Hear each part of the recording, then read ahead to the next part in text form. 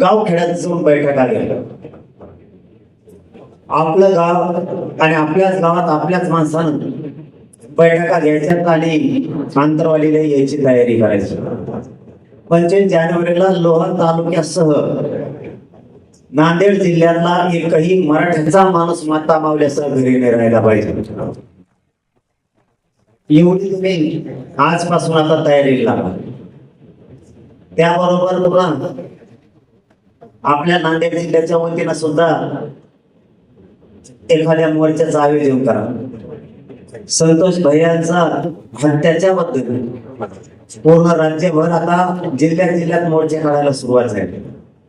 त्या मोर्चाला सुद्धा कोणाची वाट बघू नका.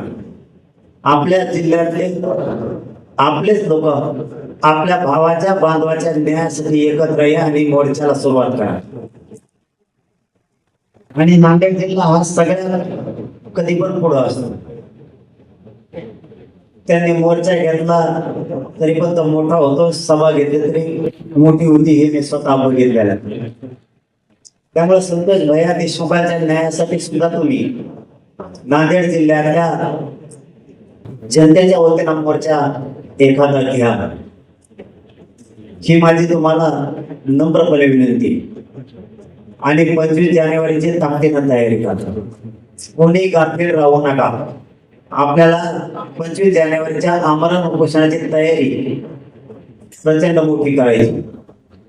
शक्यतो आपल्याला हा शेवटचा हातोडा मारायचा. 1.5 ते 2 वर्षापासून हे आंदोलन सुरू आहे. मराठ्यांच्या आरक्षणाचा विषय आता कायमचा मार्गी निघाला पाहिजे यासाठी ताकदीनं सगळ्यांनी अंतरावर केलं. एकाही मराठ्यानं 25 जानेवारीला घरी राहू नका. तुम्ही जर 1 दिवस ताकद दिली ना, मग मी यांच्याकडे बघतो हे कसे आरक्षण देत नाही. फक्त 1 दिवस नांदेड जिल्ह्यातल्या प्रत्येक माणसाने अंतरवाली द्या. सगळ्यांनी जोराची तयारी करा. अंतरवाली येताना हातवर करून सांगा बरं.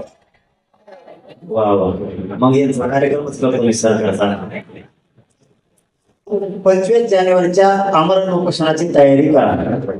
ज्याला बसायचं उपोषणाला त्याला अंतरवालीतच बसा. जबरदस्ती कोणावर नाही. ज्यांना कोणाला बसायचंय त्याने अंतरवालीत एका जागेवरती सामूहिक आपल्याला अंतरवालीतच उपोषण करायचं. राज्यात कुठेही करायचं नाही.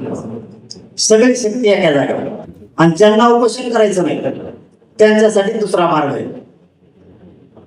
त्यांनी तिथं येऊन नुसते बसलेली तरी सरकारवर दबाव येणार. मात्र याला तुमचं साहित्य घेऊन या. गोधड्या गाधड्या पांघरायच्या, खायचं प्यायचं. सरपण मुंबईला गेलो तसं यात सगळंच कमाल घेऊन यायचं. आरक्षण मिळूस तर अंतरवालीतून उठायचंच नाही. एवढ्या वेळेस आपल्याला प्रचंड ताकद आणि जोर या आंदोलनावर लावायचं.